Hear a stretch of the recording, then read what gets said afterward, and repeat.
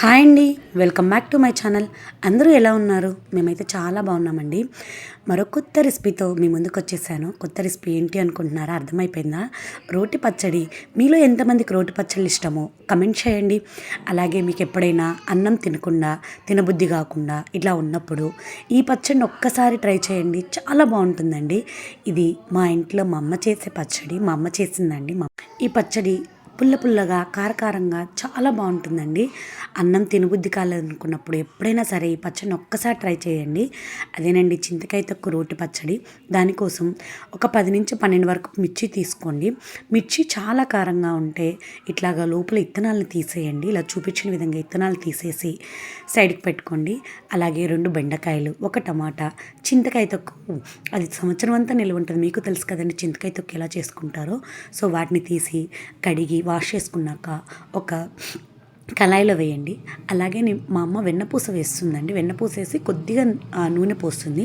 మీ దగ్గర వెన్నపూస అనేది లేకపోతే కొంచెం నూనె ఎక్కువ పోసుకోండి. అలాగే వాటర్ పోసి పొయ్యి మీద పెట్టి బాగా ఉడికించాలండి దీన్నంతటిని.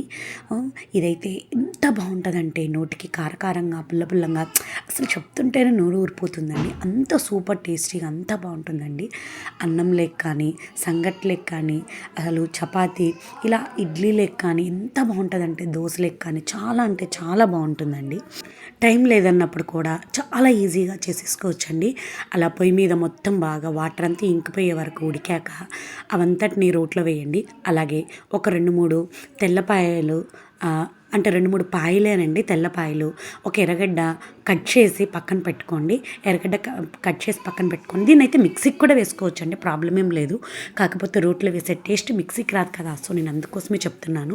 మీరు కావాలంటే మిక్సీకి కూడా వేసుకోవచ్చు. మిక్సీకి కూడా 2-3 తెల్లపాయలు, సాల్ట్ అంటే చింతకాయ తొక్కులు ఆల్రెడీ ఉంటుందండి, ఉప్పు. సో అందుకోసం ఒక్కసారి సరిపోకపోతే లాస్ట్లో చూసి వేసుకోండి. సో ఇలాగ మెత్తగా దంచాక ఆ తర్వాత బాగా మెదగాలండి. అది మరీ ఒక్కలొక్కలుగా అయితే ఉండకూడదు. ఆ పచ్చిమిర్చి అనేది కొద్దిగా బాగా మెదిగాక ఆ తర్వాత ఎర్రగడ్డని కూడా వేసి బాగా దంచుకోవాలండి. చూడండి, చూస్తుంటే నోరు ఊరిపోతుంది కదా. అసలు అన్నం లెక్క అయితే అంత సూపర్ టేస్టీగా ఉంటుందండి. కొద్దిగా గీ వేసుకొని తిన్నారు అంటే అంత సూపర్ టేస్టీగా ఉంటుంది.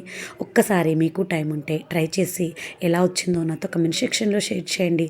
అలాగే ఇలాంటి మరిన్ని వీడియోస్ కోసం నా ఛానల్ని తప్పకుండా లైక్ చేసి సబ్స్క్రైబ్ చేసుకొని మీ ఫ్రెండ్స్కి కూడా ఇలా నా వీడియోస్ని షేర్ చేయండి. చూస్తున్నారా అసలు ఎంత బాగుంటుందంటే ఈ పచ్చడి ఎంత బాగుంటుందండి. ఆనియన్ కూడా వేసి ఆనియన్ కూడా కొంచెం మెదిగే వరకు ట్రై చేయండి. దీనికైతే తిరగమాత కూడా అవసరం లేదండి, అలాగే తినొచ్చు. చాలా అంటే చాలా బాగుంటుంది. సో ఒక్కసారి ట్రై చేసి ఎలా వచ్చిందో నాతో కమెంట్ సెక్షన్లో షేర్ చేయండి. చూడండి, బౌల్లోకి తీసేసుకొని సర్వ్ చేసుకోవడమే. Thanks for watching this video. Thank